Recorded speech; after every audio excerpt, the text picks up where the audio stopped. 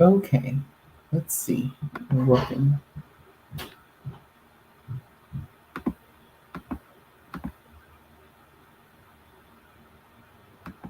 All right.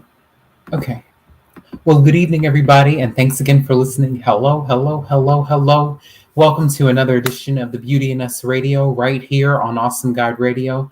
I am your host, Nelson E. Brown, and I want to thank you all for tuning in for another edition of the show tonight. Now, I want to start off by thanking, on behalf of my mom, I want to thank everybody for all of their birthday wishes from last week. My mom really, really appreciated all of you tuning in last week. And she definitely appreciates all of the birthday wishes that have been poured out to her by all of the listeners and by all of the people who follow me and who cherish my work and what I do and who support her in the process of everything. She doesn't, excuse me, she doesn't take it for granted. And she just wanted me to relay that to you all. So I want to thank you all again for all of your birthday wishes on her behalf. So, she'll be on again. So it was fun having her on, and she enjoyed speaking to the audience last week. So you will definitely be seeing her more often. You will be seeing her soon once we get the content for the show together for the future. So I want to have a discussion tonight about the book of First Samuel, and more specifically, I want to talk about what it means to demonstrate courage. I want to talk about David in the Bible. David in the Bible, when we talk about the story of David and Goliath, I think that it's important for us to understand what courage looks like, what courage is, and how to model that for others. Excuse me, how to model that for others. I think that it's very important for all of us to celebrate ourselves and all of our differences. And I think that when we talk about the story of David and Goliath, we can also learn a lot about what courage is, because David was one of the characters, one of the kings, I should say. Well, he later became a king, but someone in the Bible who enjoyed being himself, who had a hard time trying to adapt to his environment and trying to be unique amongst all of the naysayers and the people who doubted him. I think that it's important for us to realize that when we talk about David in the Bible, and when we learn about that the whole story of David and Goliath in the First Samuel, we have to think about it and we can apply it to our lives. One of the beautiful things about the Word of God and about the stories in the Bible is that we can take the Word and apply it to our lives in some form or another. So I made some notes when I was reading 1 Samuel chapter 17, and when I was learning more about the story of David and Goliath, I had a better understanding of what actually transpired and how David was brave, how he managed to stay brave in the midst of all of the obstacles that he faced, being overlooked and being bypassed so often. So I'm going to read 1 Samuel chapter 17, but I think that I can just start off by summarizing before we get too deep into the story. I think it's very important for us to summarize the story. I think that it's important for us to understand that the story of David and Goliath is one of the most popular stories from the Old Testament and from the Scripture, and it teaches us a lesson of courage, faith, and overcoming what seems to be impossible. And I think that it's important for us to understand who David is before we jump right into the story. It's important for us to understand that David was the youngest of Jesse, his father Jesse's 12 sons. And one day, the nation of Israel was called to fight the group of people called the Philistines. So the Philistine army had gathered for war. And if we don't understand, just in case you all don't understand who the Philistines were in the Bible, the Philistines were the people who hated Israel. They wanted to take Israel captive and make all of the Israelites their slaves in the Bible. So I think it's important for us to realize who the enemies are and who the heroic ones are in this story. When we talk about the Israelites, we can always think about all of the trials and tribulations that they encountered. I think it's important for us to understand how much of a role model David is for people nowadays, not just during these times, but for us now. I think that it's important for us to also understand that while David's brothers went to fight, he he stayed back. But the two armies gathered to stand on opposite sides of the deep valley that they were in. And one of the Philistines, named Goliath, who stood over 9 feet tall, came to the front of the Philistine battle each day for 40 days and, in a way, made fun of the Israelites and their God. And Goliath called them to fight, but King Saul and the Israelites were scared and did nothing. But I think it's important for us to understand that the Israelites, everybody except David was scared, but David was the only one that was able to demonstrate courage, even though he was the youngest. And even though he probably appeared to be the most vulnerable, he knew how to stand out. And he definitely knew how to go against the grain. So let's read it a little bit. Now the Philistines gathered their forces for war and assembled a Sokoh in Judah. They pitched camp at Ephesus Damon. Excuse me. It's very, very challenging to read, to talk about some of these locations and some of these people to describe them. So bear with me. It's between Sokoh and Azekah. Excuse me.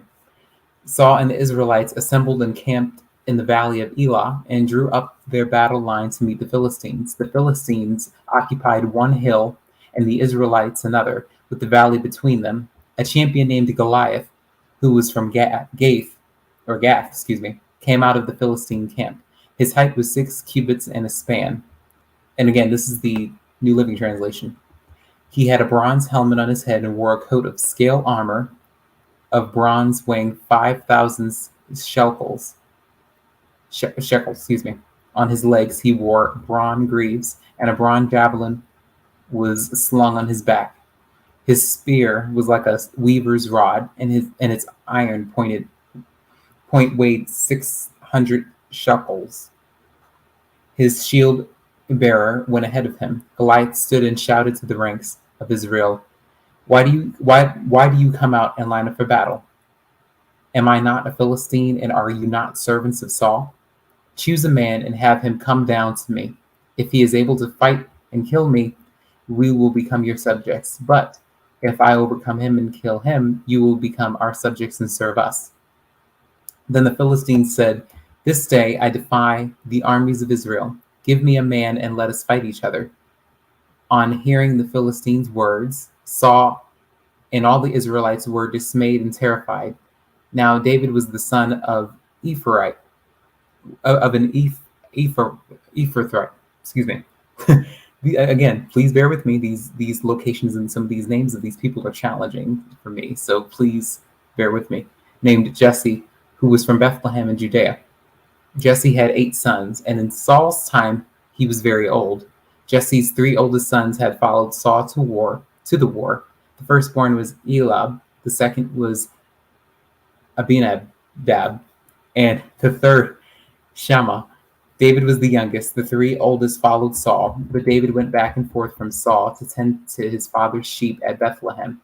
For 40 days the Philistines came forward every morning and evening and took his stand. Now Jesse said to his son David, Take this ephah of roasted grain and these 10 loaves of bread for your brothers and hurry to their camp. Take along these 10 cheeses to the commander of their unit. See how your brothers are and bring back some assurance from them. They are with Saul and all the men of Israel in the valley of Elah, fighting against the Philistines. Early in the morning, David left the flock in the care of a sheep, loaded up and set out as Jesse had directed. He reached the camp as the army was going out to its battle positions, shouting the war cry. Israel and the Philistines were drawing up their lines facing each other. David left his things with the keeper of supplies, ran back to the battle lines, and asked his brothers how they were, as if he was talking with them. Goliath, the Philistine, champion from Gath, stepped out from his lines and shouted his usual defiance, and David heard it. Whenever the Israelites saw the man, they all fled from him in great fear. Now the Israelites had been saying, Do you see how this man keeps coming out? He comes out to defy Israel. The king will give great wealth to the man who kills him. He will also give him his daughter in marriage and will exempt his family from taxes in Israel. Again, this is the New Living Translation that I'm reading from. Just in case you're tuning in, this is the Beauty in Us Radio right here on Awesome God Radio. We're talking about the story of David and Goliath, and we are learning about a lesson in faith and courage. So I just want to just remind everyone who's just tuning in of what we're doing. David asked the men standing near him, "What will be done for the man who kills the Philistine and removes his disgrace from Israel? Who is the uncircumcised Philistine that he should defy the armies of the living God?" They repeated to him what they had been saying and told him, This is what will be done for the man who kills him." When Eliab, David's oldest brother, heard him speaking with the men, he burned with anger at him and asked, "Why have you come down here? And with whom did you leave those few sheep in the wilderness? I know how conceited you are and how wicked your heart is. You came down only to watch the battle. Now what have I done?" said David. "Can't I even speak?" He then turned away to someone else and brought up the same matter, and the men answered him as before. What David said was overheard and reported to Saul, and Saul sent for him. David said to Saul, "Let no one lose heart on account of this Philistine. Your servant will go and fight him." Saul replied, "You are not able to go against this Philistine and fight him. You are only a young man, and he has been a warrior from his youth." But David said to Saul, "Your servant has been keeping his father's sheep. When a lion or a bear came and carried off a sheep from the flock, I went after it, struck it, and rescued the sheep from its mouth. When it turned on me, I seized it by its hair, struck it, and killed it. Your servant has killed both the lion and the bear. This uncircumcised Philistine will be like one of them, because he has defied the armies of the living God. The Lord who rescued me from his paw of the lion and the paw of the bear will rescue me from the hand of this Philistine." Saul said to David, "Go, and the Lord be with you." Then Saul dressed David in his own tunic. He put a coat of armor on him and a bronze helmet on his head.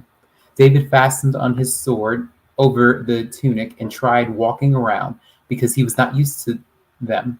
"I cannot go in these," he said to Saul, "because I am not used to them." So he took them off.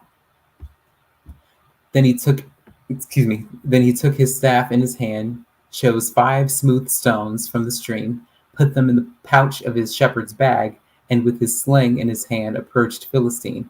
Meanwhile, the Philistine, with his shield bearer in front of him, kept coming closer to David. He looked David over and saw that he was a little more than a boy, glowing with health and handsome, and he despised him. He said to David, "Am I a dog that you have come at me with sticks?" And the Philistine cursed David by his gods. "Come here," he said, "and I'll give your flesh to the birds and the wild animals." David said to the Philistine, "You come against me with sword and spear and javelin, but I come against you in the name of the Lord Almighty, the God of the armies of Israel, whom you have defied. This day the Lord will deliver you into my hands, and I'll strike you down and cut off your head. This very day I will give you the carcasses of the Philistine army to the birds and the wild animals, and the whole world will know that there is a God in Israel. All those gathered here will know that it is not by sword or spear that the Lord saves, but for the battle is the Lord's, and he will give all of you into our hands." As the Philistine moved closer to attack him, David ran quickly toward the battle line to meet him. Reaching into his bag and taking out a stone, he slung it and struck the Philistine on the forehead. The stone sank into his forehead, and he fell face down on the ground. So David triumphed over the Philistine with a sling and a stone. Without a sword in his hand, he struck down the Philistine and killed him. David ran and stood over him. He took hold of the Philistine's sword and drew it from the sheath. After he killed him, he cut off his head with the sword. When the Philistines saw that their hero was dead, they turned and ran. Then the men of Israel and Judea surged forward with a shout and pursued the Philistines to the entrance of Gath, and to the gates of Ekron. Their dead were strewn along the Shaaraim road to Gath and Ekron. When the Israelites returned from chasing the Philistines, they plundered their camp. David took the Philistine's head and brought it to Jerusalem. He put the Philistine's weapons in his own tent. As Saul watched David going out to meet the Philistine, he said to Abner, commander of the army, Abner, whose son is that young man? Abner replied, as surely as you live, your majesty, I don't know. The king said, find out whose son this young man is. As soon as David returned from killing the Philistine, Abner took him and brought him before Saul, and David still holding the Philistine's head. Whose son are you, young man? Saul asked, and David said, I am the son of your servant Jesse of Bethlehem. So again, this is the 1 Samuel chapter 17. So that's the entire chapter about the story of David and Goliath that I don't think I've ever shared this with you guys. I think this is my very first time actually talking about the story of David and Goliath with you all, but it's a very, very great story. I think that it's important for us to understand how brave David was throughout the course of this entire story. I think that it's important for us to understand that he was underestimated so often.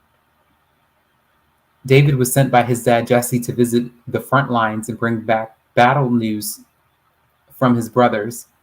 And once he heard that Goliath was making fun of Israel and their God, and he demonstrated bravery by pretty much volunteering to fight Goliath. He persuaded King Saul to let him go fight and decided not to wear any of King Saul's armor. And I think that when we piggyback on that and when we unpack that a little bit, I think it's important for us to understand that, sometimes people really don't see our potential. They don't see our success the way we see ourselves sometimes. Sometimes people hold us back from opportunities and they try to prevent us from growing and maturing and prospering in different areas of our lives because it makes them feel insecure or because it makes them feel comfortable with who they are and where they are. Sometimes mentors and sometimes people who are in leadership positions have a very difficult time with seeing their mentees or their trainees surpass them. And I think that in the case involving King Saul and David, I think that when the text talks about how courageous David was and how he refused to wear King Saul's armor, I think that it's very profound because he did not allow his armor to define who he was as a leader. He volunteered to fight Goliath because he knew it was the right thing to do, even though no one else was brave enough to take that risk. He knew that he was risking a lot. He knew that he was making the sacrifice for his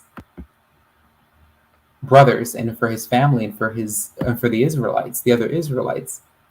But he did what he had to do in order to do what God called him to do. And again, when we talk about Goliath also underestimated David too. So it wasn't just the Philistines who underestimated David, it was also the Israelites. The Israelites did not think that he was capable of defeating Goliath. The Israelites thought that David was actually going to lose the battle against Goliath. And it's important for us to understand that, again, many people don't recognize the potential of another person until things like this happen. So when we talk about being courageous and when we talk about being unique, sometimes when we're growing up especially, and when we're growing up and we're trying to figure out who we are, and when we're trying to identify where we are in our lives, sometimes we have a very difficult time doing that. And in the process of doing that, we get chastised for being who we want to be or being who God calls us to be. We get chastised for wanting to be our own person and do our own thing. Everybody expects us to go with the flow, and everybody expects us to just go along just to get along. But a lot of people fail to understand that being yourself matters and celebrating you matters. And I think that David was not afraid to celebrate himself. He was not afraid to take that risk and to be his own person in order to do what God called him to do, which was to win this battle against Goliath. He knew that the Philistines were defying God. They were being defiant, and they were not following God's word, and they were not abiding by the faith-based principles that they were supposed to be taught and that God was supposed to lay on their hearts. I think that it's important for us to understand that when we talk about the fact that David put a rock in his sling and swung one of the rocks at Goliath's head and killed him, I think that it's profound because He did not need to wear any of King Saul's armor in order to win this battle. He just needed his faith in God and his faith in the instructions of God in order to follow through with this. And I think that applies to our lives as well. I mean, have you ever considered that sometimes you don't need to have the biggest and baddest things in your arsenal in order to win a battle that God is fighting for you? I think that it's important for us to realize that we don't need weapons of destruction. We don't need armor in order to fight all of our battles, because we have to remember that God is still fighting our battles. And as long as we listen to his instructions, and as long as we do everything in his timing and according to his plan, they are going to prosper and it's going to flourish from there.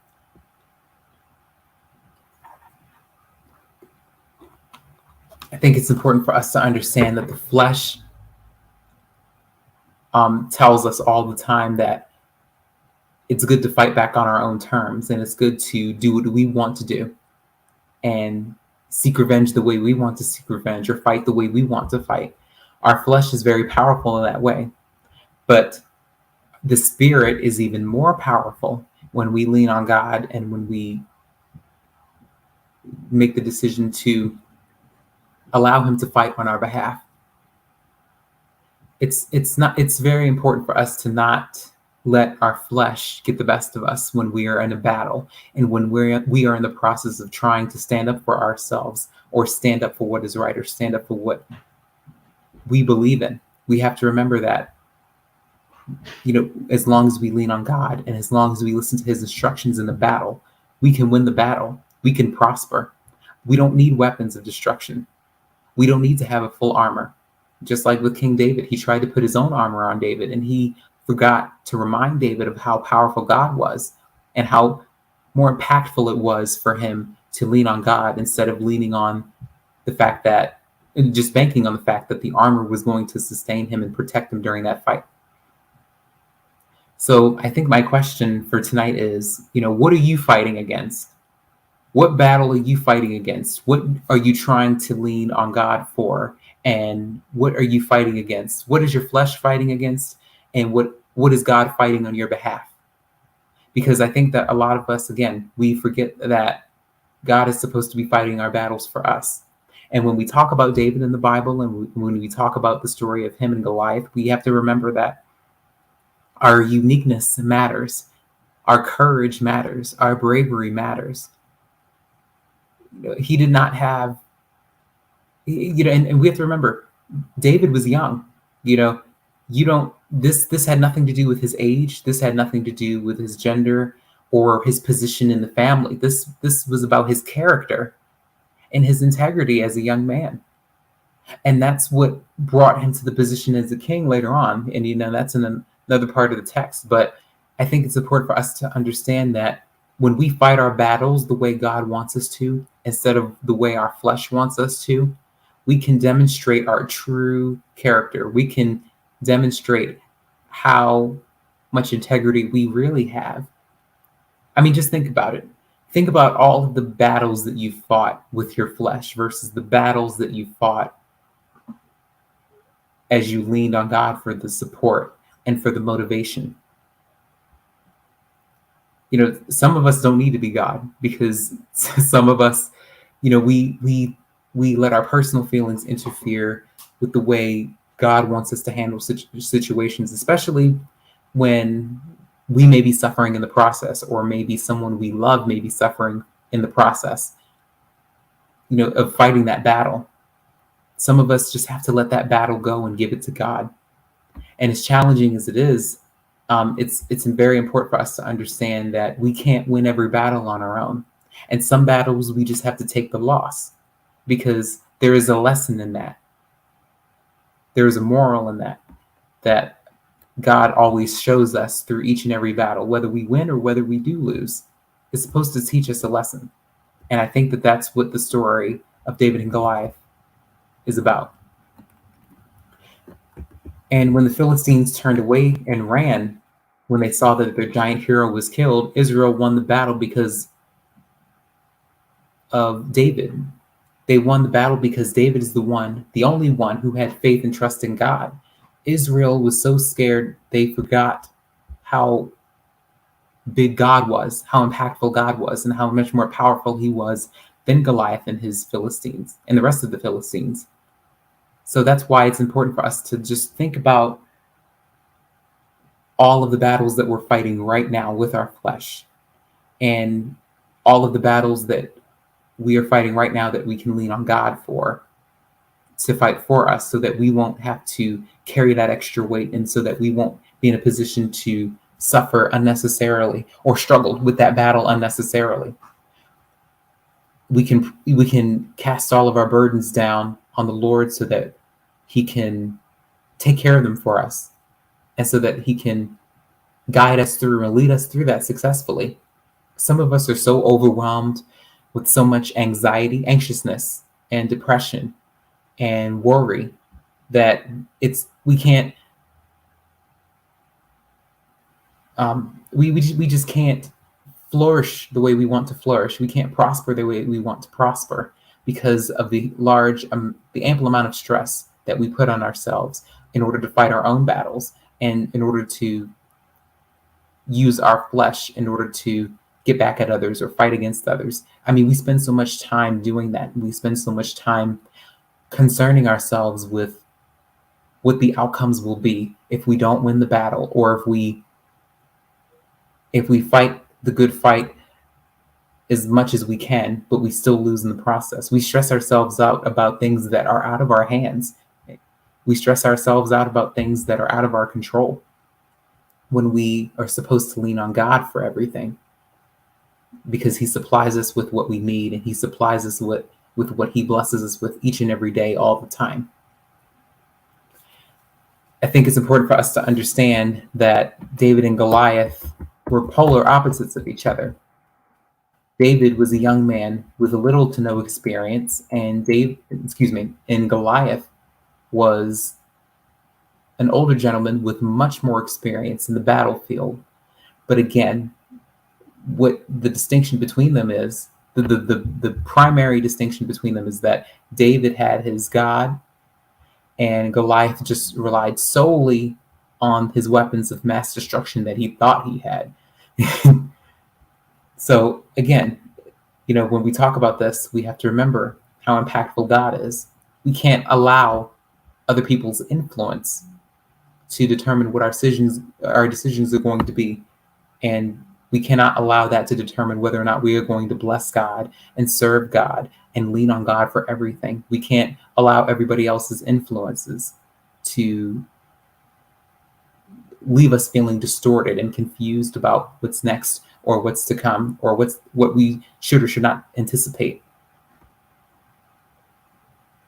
And we also have to be mindful of whose influence we are following, because I think that it's still important for all of us to have mentors and to have people in our corner who are very faithful and who live by the word of God, and who live their life according to God's word to the best of their abilities, and who provide us with that motivation and with that encouragement and with that voice of reason that we all need sometimes when we don't know what to do, or if we are stuck and we feel misguided, or we feel like we don't know how to move forward in certain aspects of our lives. We all need that, because we all don't know everything, and we all are on a journey, this journey called life. And so we all need mentors and people in our corner to help guide that.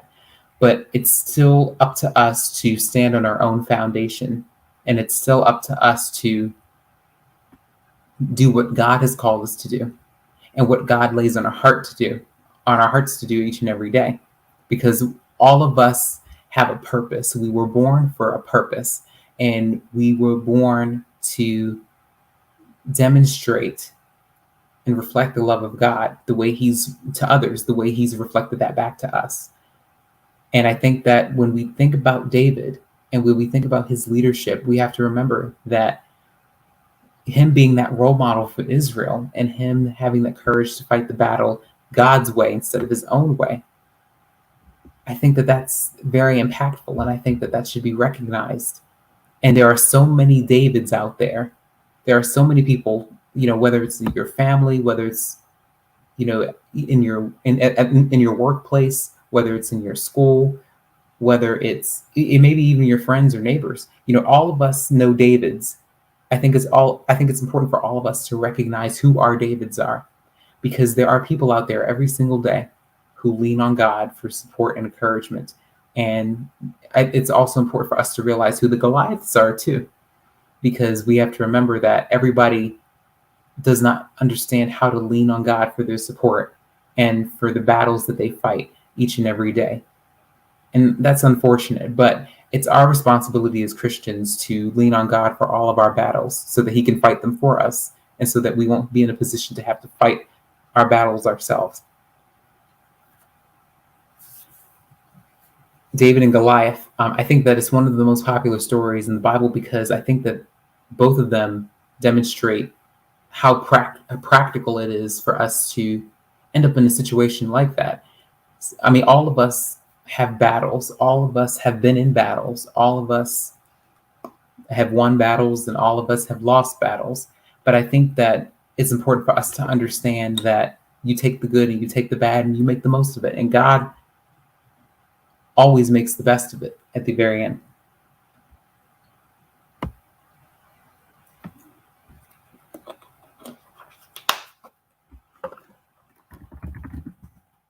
I think it's important for us to understand that when we look at the verse, I think that this is a prominent Bible verse that a lot of people know and understand.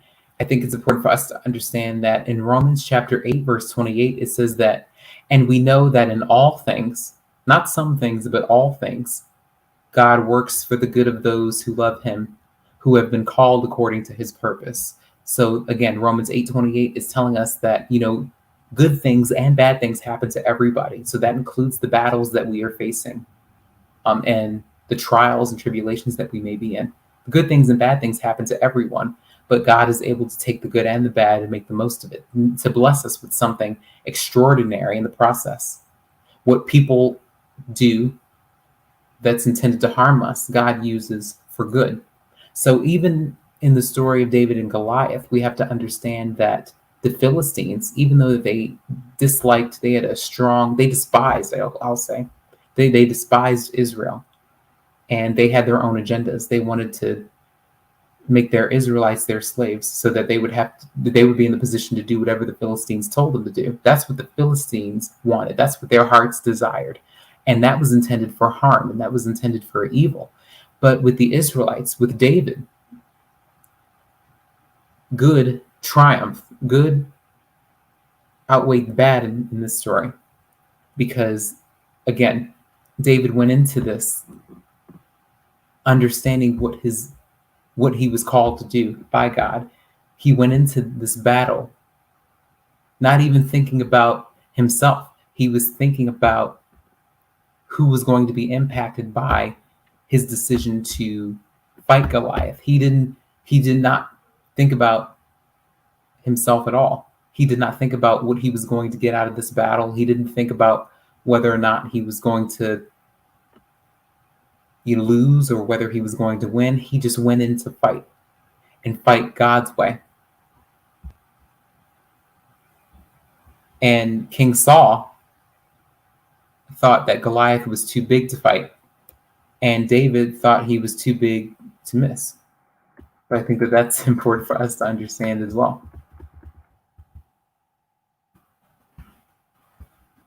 All of us have giants in our lives. All of us have people who can sometimes get in our way when we're trying to do more and when we're trying to grow and prosper in different areas of our lives.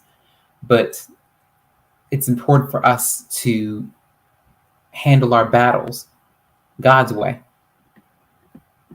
instead of our own way, because our way is not always the best way, even though we try to rationalize and we try to justify the fact that we want to do whatever we want to do as it pertains to fighting our own battles and handling situations the way we want to handle them. We have to remember that God is the source for all of our strength.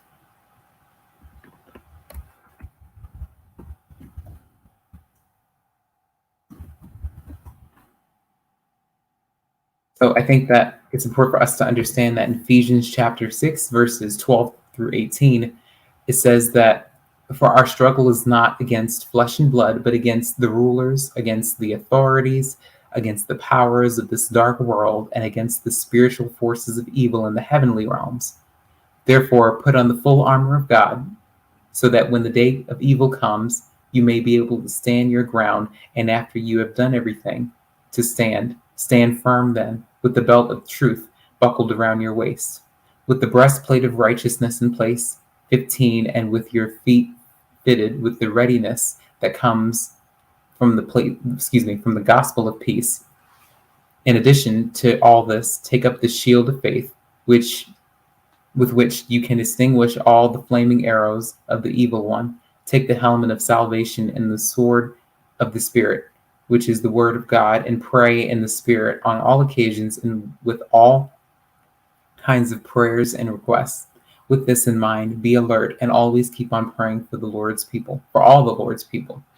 So again, that's what the Bible talks about when we talk about our battles that we face each and every day. That's what the Bible talks about when we talk about all of the things we're up against as Christians. And it's inevitable. It's inevitable for us to, encounter difficulties and encounter trials and tribulations. A lot of people try to get out of the fact that, the problems come about, and you can't. You can't get out of the fact that there are problems that are going to exist in this world, and that we are going to face challenges. We can't get out of not facing challenges that come our way. We can't get out of the fact that we have to make decisions about how we're going to fix our problems and fight our battles. We can't avoid any of the challenges, because the challenges are supposed to make us stronger, even though it may feel as though we may be in a dark place, or in a place where we may not know what to do or how to move about it, how to move forward. It's important for us to understand that the battle is the Lord's and not ours. So again, challenges are inevitable in today's world. We're always going to face challenges. But I think that, again, what makes us special and what makes us unique is the fact that we can lean on God to fight our battles for us, just like David did in the story of David and Goliath. David leaned on God for his strength. He leaned on God for his direction. He leaned on God to help him and to motivate him. He did what God called him to do in order to save the Israelites and in order to win the battle for them. Even though he was the youngest of all of his brothers, that didn't stop him from doing something that was so impactful. And I think that we all have to remember why it's important not to underestimate people who we think that we are better than or above, because we don't know what God has in store for the people that we underestimate sometimes. We don't know what people has in store for the people that we've counted out and the people that we've bypassed. Because David was bypassed his entire life for being the youngest brother. A lot of his brothers and even his dad, his King Saul, a lot of people saw him as the weak link. A lot of people saw him as the weakest one because of his age and because of his size. And they made all of these excuses for why they believed that he couldn't fight the battle. But it's so important. I mean, we often do that. I think that it's a part of human nature to judge others and to, in a way, size people up. I mean, I'm not sure if that's even the right way to put that, but we always do that. And I think that, as Christians and as people in general, we just have to remember how important it is to see the potential in everyone and recognize what the strengths are in everyone, because it's easy to dwell on the negative qualities of ourselves and what we find in ourselves. But when we focus on our strengths instead of dwelling on our weaknesses, we can recognize how powerful we all are. And I think that if Joseph, wrong story. If David, if his brothers had have recognized how strong he really was, I think that David would have been more motivated earlier on to do more for the Israelites. But sometimes it takes situations like what happened between David and Goliath for people to realize how strong someone is. And this is not about the physical strength. This is about the spiritual strength, because David, he may not have been the strongest one physically, but he had the spiritual strength, which is very, very different. There's a huge distinction between having physical strength, mental strength, intellectual strength, and spiritual strength. And I think that the spiritual strength and the mental strength is what David had and what he had demonstrated during that time. I think that the other Israelites and even King Saul, I think that they were focused on the physical strength instead of focusing on spiritual and mental strength like David was. But they learned at the very end that little people, or people who are younger, or people who may not be as big as others, I'll say, they can do big things. Little people can do big things.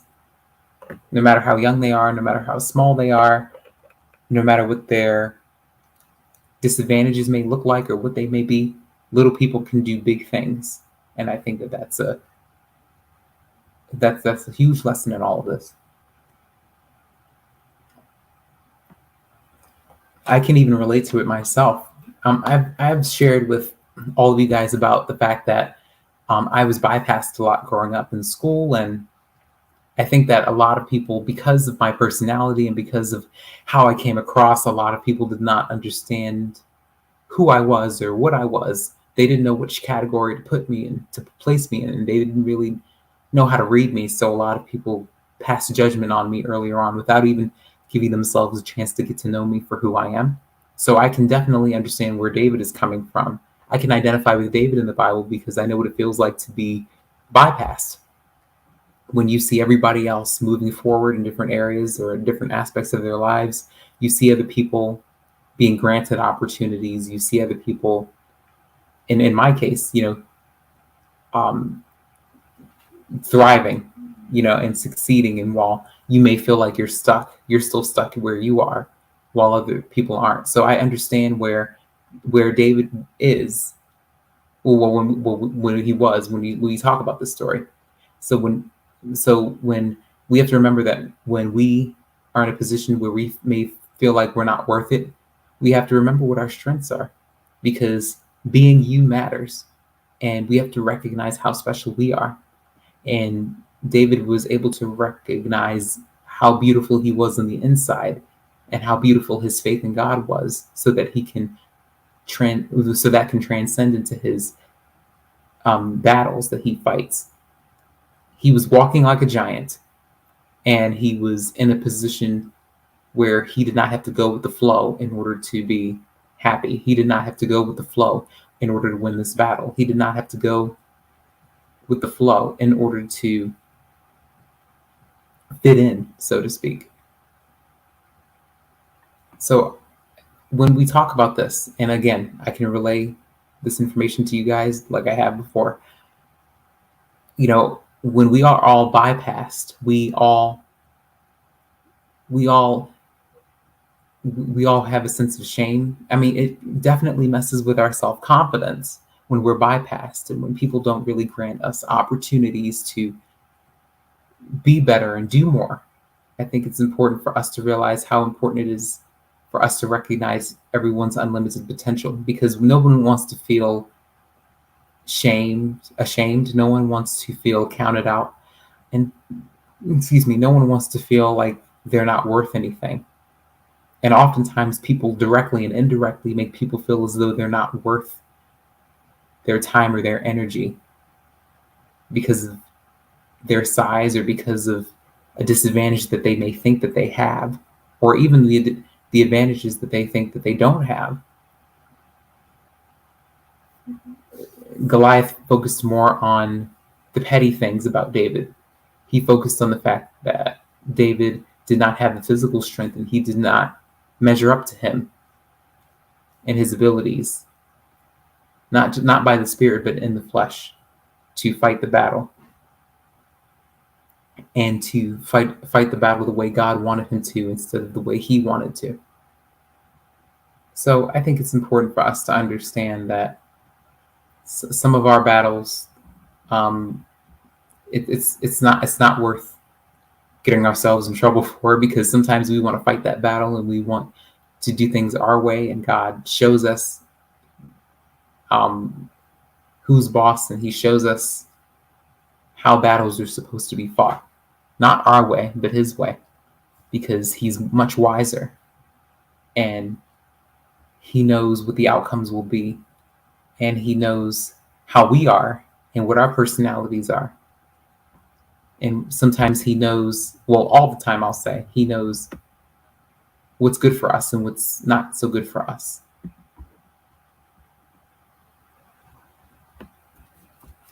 When we talk about the story of Samuel, please forgive me, guys.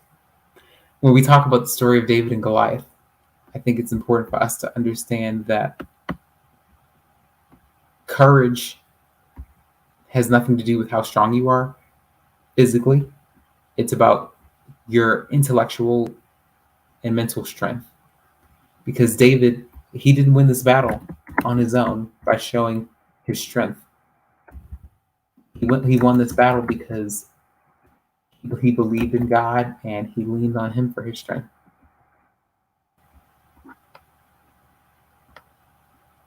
And this was a turning point in David's life, because he became a king later on, but this was a turning point in David's life because he had never experienced anything like this before. He had never gone through a battle like this before. I mean, have you guys ever been through a battle for the first time? In terms of just the type of battle it is, to the extent, because he's never had to go this far in a battle. David was not familiar with how to win a battle of this magnitude. I mean, have you guys ever been in a position where you've fought a battle that was way beyond, you felt as though it was way beyond your reach or way beyond your magnitude, and you thought that you were never going to conquer it or win it in a way? Well, that's how David felt in this text. But again, my favorite Bible verse that's out there and that I have on the wall in my room is Matthew 19:26. And it says, "With men this is impossible, but with God all things are possible." And that means that human efforts alone can't save someone, and that the grace of God can only save us. So again, when we think about our capabilities and what we're able to do, we can't think about it from man's point of view. We have to think about it from God's point of view, because God's point of view is what matters more. And we all have strengths and we all have weaknesses, but our strengths make us who we are. And all of us have different strengths. Just because we all don't have the similar strengths doesn't mean that we're not strong people. And just because someone may not be strong physically, that doesn't mean that they're not strong mentally or emotionally, psychologically, or spiritually. All of us are strong in different areas, and that has to be cherished. Too often people look down on people who don't have what they think they should have, or they don't have what they expect them to have. And that's not our place to do. That's not our place to judge, and it's not our place to determine who is worthy and who's not of having opportunities and having chances to succeed and show how capable we are of accomplishing what God has laid on our hearts to accomplish.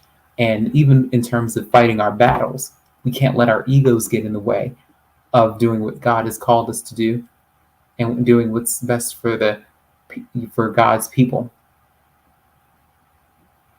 We have to be those role models, and we have to be in a position where we can express that to people and to love on people and to show them how our Christian faith guides us through the Spirit. Because the flesh is weak when the Spirit is strong, and that's what we always have to remember, and that's what we always have to keep in mind. even with the season that we're in now, we're still in the middle of the pandemic. This is a battle. Let's just keep it real. This going through this pandemic is a battle. I mean, if we think about all of the losses that we've suffered from, not just the financial losses, but also a lot of us have lost our friends and our families throughout this pandemic. This is an ongoing battle as well. But I think that going through this pandemic has forced us to think about what really matters. And I think that this battle, because this pandemic has been a battle, I know it has for me, so it has to have been a battle for you. This pandemic being a battle, I think that as we continue to lean on God for our source of strength, and when we continue to look at this battle as being a lesson that God is trying to give us, I think that equips us for what's to come.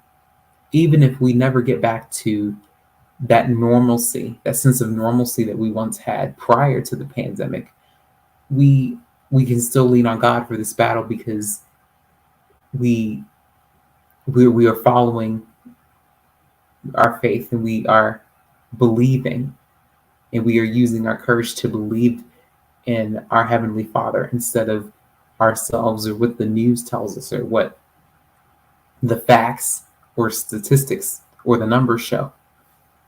So I think it's very important for us to remember that.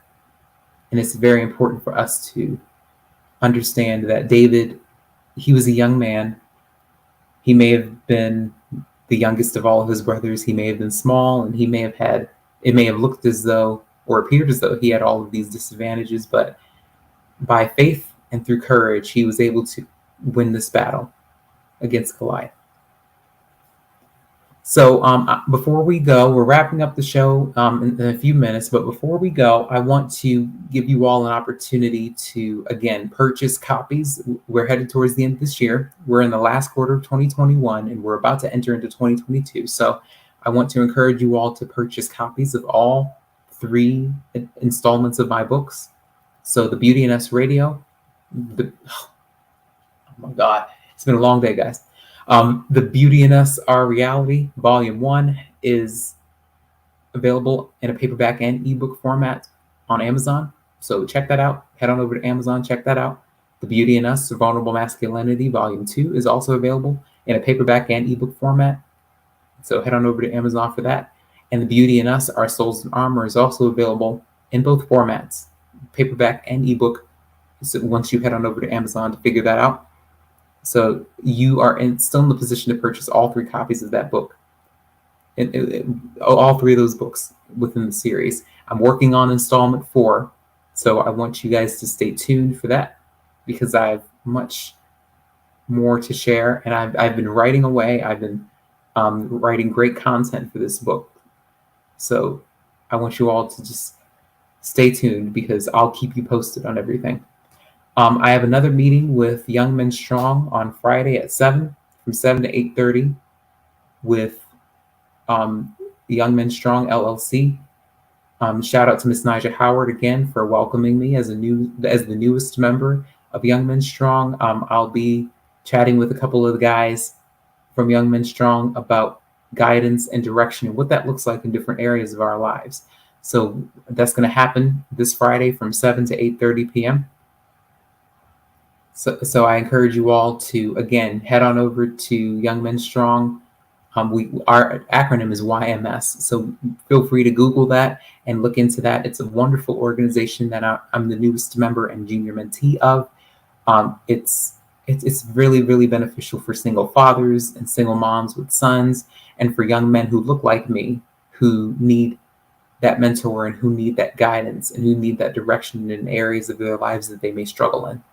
So that's what I encourage you to look into, because everybody needs love, encouragement, and support. We all can't be on this journey by ourselves. We all need people to catch us when we fall, and when we fail, or when we make mistakes. And last but not least, I want you all to remember that we are still in the middle of the pandemic. So I encourage you all to continue to get vaccinated, and to stay safe, and to do what's in the best for not just yourself, but also your family and your friends. The holiday season is coming up. Halloween is on Sunday, and then Thanksgiving's right around the corner, and Christmas is right around the corner too. So as we get together during this fall season, and as we as we prepare to put 2021 in the rearview mirror, I just want you all to remember that your life matters. A lot of people have been going through a lot throughout the pandemic. A lot of people have suffered losses, financial losses and emotional losses between their family members and friends, losing them to this virus and losing them in the middle of the pandemic, and encountering so many challenges. I mean, it can be very, very overwhelming for all of you guys, all of us as humans, I'll say, to deal with them on our own. I see a psychotherapist each and every week or bi-weekly, so I encourage everyone to seek help. And I encourage everyone to speak to someone, speak to a professional, sign up to speak to a professional. Your life matters. Someone's going to be open to listening to your struggles and your difficulties. So don't ever think that you're in this battle alone. Every day is a test. Every day is a battle, but you don't have to go through anything on your own. You are in a position to speak to your family, to speak to your friends, and to seek professional help for all of what you may be going through. You're never in the battle by yourself. It's important for everyone to create a no judgment zone when it comes to, as it pertains to understanding someone's pain and what they may be encountering. So I love you all, and I appreciate you all again. Again, I want to say thank you on behalf of my mom. I want to thank you all for the birthday wishes last week. My mom really appreciated that. She'll be on again when I prepare content for another show, and when she's in the position to chime in on the subject for that show. So again, I encourage you all to tune in to the Mother's Day special. So if you haven't watched that, I encourage you all to watch that during your spare time. And I encourage you all to watch last week's episode with my mom so that you can get a taste of what we talked about. It was a very fun time. I enjoy having her on. She enjoys coming on and talking to all of the listeners. So she felt really special. And she continues to feel special each and every day, because she knows that you guys support me, who is a part of her. So, and I'm a part of her. So she loves it to the fullest extent. So that will wrap up another edition of the Beauty in Us Radio right here on Awesome God Radio. I just want to, again, thank you all for tuning in. I don't take any of you all for granted. I appreciate each and every one of you who tune in each and every week to follow the work that I do here on Awesome God Radio.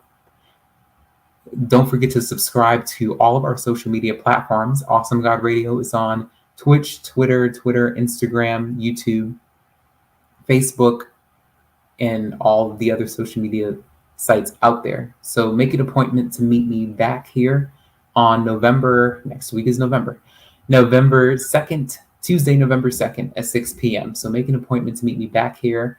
This is Nelson E. Brown from the Beauty in Us Radio right here on Awesome God Radio. I will be posting the content for next week's show either on Friday or Sunday. So just be on the lookout, because I alternate between the days. So you won't miss it. So I love you all. I appreciate you all. I continue to pray for each and every one of you, and I hope that you're doing the same in return for me. So I have a great evening, and I will see you all next week.